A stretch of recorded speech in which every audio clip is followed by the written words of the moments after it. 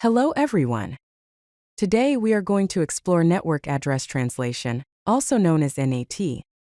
We'll discuss how it helps in conserving IP addresses and improves network security. This is a very basic introduction to Network Address Translation. So, what exactly is Network Address Translation? Network Address Translation, or NAT, is a process that modifies network address information in packet headers while in transit to remap one IP address space into another. Some key functions of network address translation are: it conserves IP. Version 4 address space. It provides security by hiding the internal network. It enables multiple devices to share a single public IP address. It facilitates network integration and migration. Basically, all the devices inside a private network will be sharing one public IP address to communicate to the outside world. There are three main types of network address translation. These are static NAT, dynamic NAT, and PAT, which stands for port address translation. Let's explore each of these in more detail. Starting with static NAT, it involves a one-to-one mapping between a private and a public IP address. Each internal device is assigned a dedicated public IP address. It is commonly used for servers that need consistent public access. Moving on to dynamic NAT, it maps private IP addresses to a pool of public IP addresses. Addresses are assigned from the pool on a first-come, first-served basis. This is useful when you have more devices than public IPs, but not all need simultaneous external access. Finally, we have PAT, also known as NAT Overload, or Network Address Port Translation. PAT maps multiple private IP addresses to a single public IP address using different ports.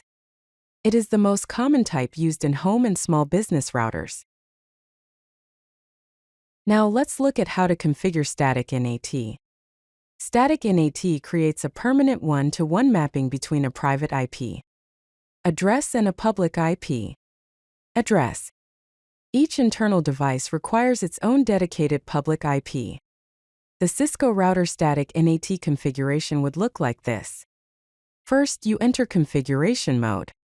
Then use the command IP NAT inside source static, followed by the private IP address and then the public IP address. Next, you configure the interfaces. You enter interface configuration mode and use the command IP NAT inside on the inside interface and IP NAT outside on the outside interface. Some use cases for static NAT are web servers requiring consistent public access, mail servers with fixed public IP requirements, virtual private network endpoints needing stable addressing, and any service where domain name system records point to a specific IP. Let's explore dynamic NAT configuration. Dynamic NAT maps private IP addresses to a pool of public IP addresses. Translations are created when a device initiates a connection and are removed after a period of inactivity. Here's how you might configure it on a Cisco router. First, define an access list for the internal networks. Use the command access list 1 permit, followed by the network address, and then the wildcard mask. Next, define the NAT pool of public addresses, using the command IP NAT pool, followed by the name of the pool, then the starting IP address, the ending IP address, and the net mask. Finally, associate the access control list with the NAT pool, using the command IP NAT inside source list 1 pool, and then the name of the pool. Some dynamic NAT characteristics are that translations are temporary and created on demand. The number of simultaneous connections is limited by the pool size.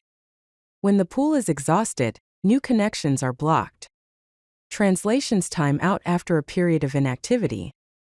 Provides better IP utilization than static NAT. Now let's discuss PAT, also known as NAT Overload. Port address translation allows multiple internal devices to share a single public IP address by using different port numbers.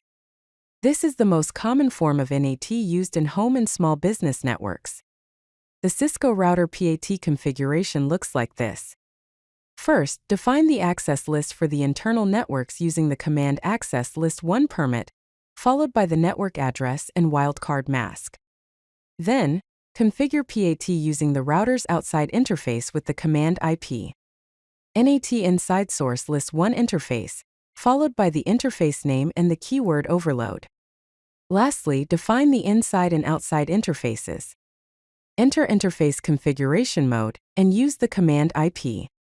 NAT inside. For the outside interface, the IP. NAT is outside. Some PAT advantages include extreme conservation of public IP addresses. It supports thousands of internal hosts with one IP. It provides enhanced security through address hiding, simplifies network management, and is the most widely deployed NAT solution. Let's understand NAT Port Forwarding. Port forwarding allows external devices to access services on internal hosts behind NAT by mapping specific ports on the public IP to specific internal IP.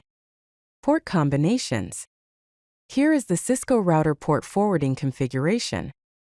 To forward external port 80 to an internal web server, use the command IP.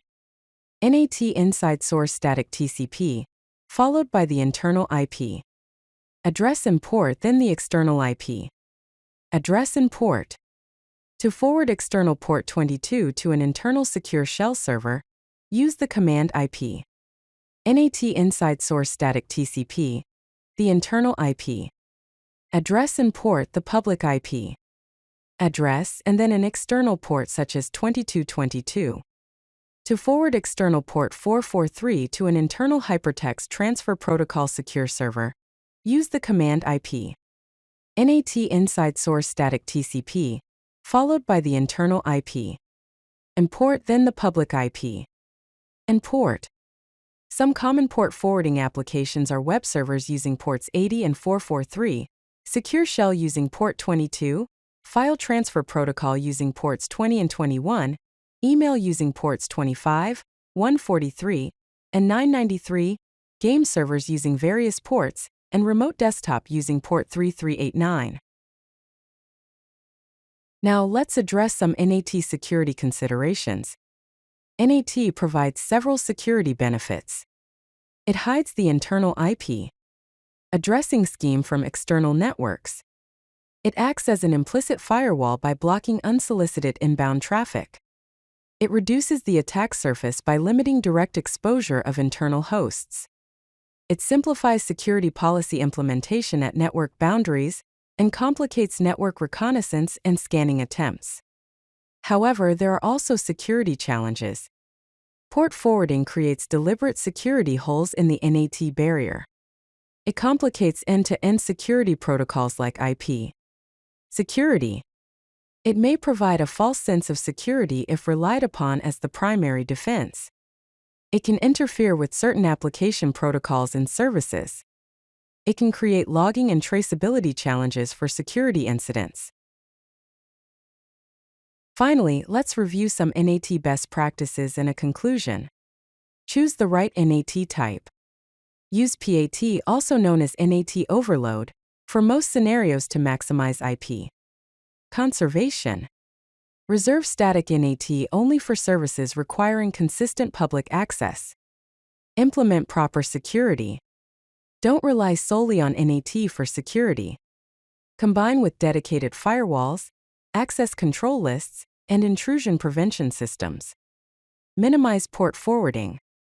Only forward necessary ports and services. Consider using non-standard external ports mapped to standard internal ports to reduce scanning risks. Plan for IP version 6 transition. While NAT helps conserve IP version 4 addresses, develop a strategy for eventual IP version 6 adoption, which eliminates the primary need for NAT. In conclusion, NAT has been crucial for extending the life of IP. Version 4 addressing while providing an additional layer of security. Understanding different NAT types and their appropriate implementation ensures optimal network performance and security. If you like this video, hit that like button and don't forget to subscribe.